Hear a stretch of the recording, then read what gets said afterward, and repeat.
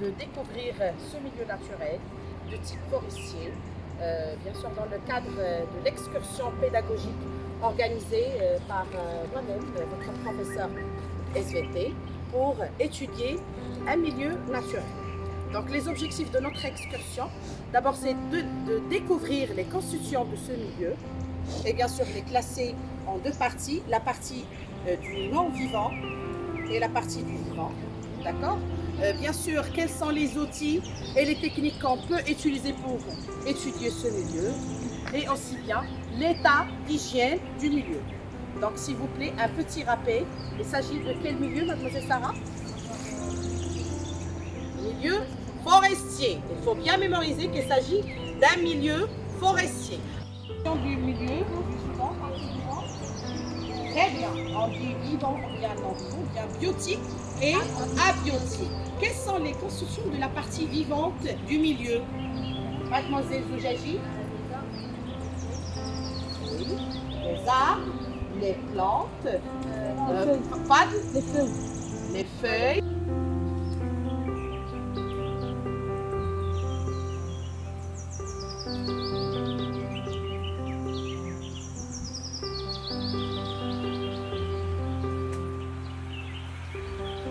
Oui, Farabi. L'air aussi. Le sol. Très bien. Le sol. Les pierres. Les feuilles mortes. Les feuilles mortes qui font partie de l'humus.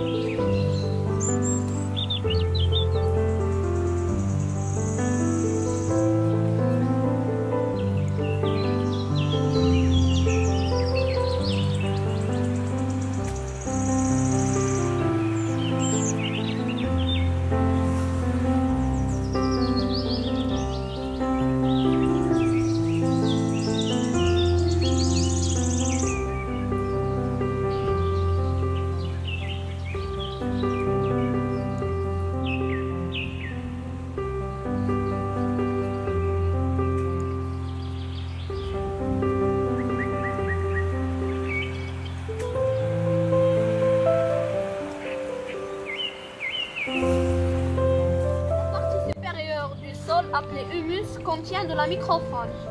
La microfaune, ce sont des petits êtres vivants qui vivent dans le sol. Mais quel est son rôle?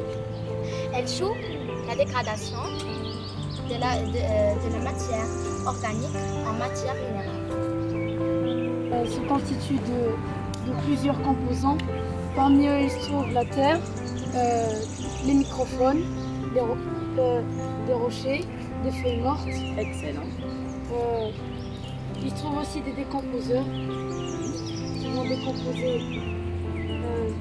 des matières La matière organique organiques et minérales. en matière Minérale. minérale. Et il joue un rôle très important.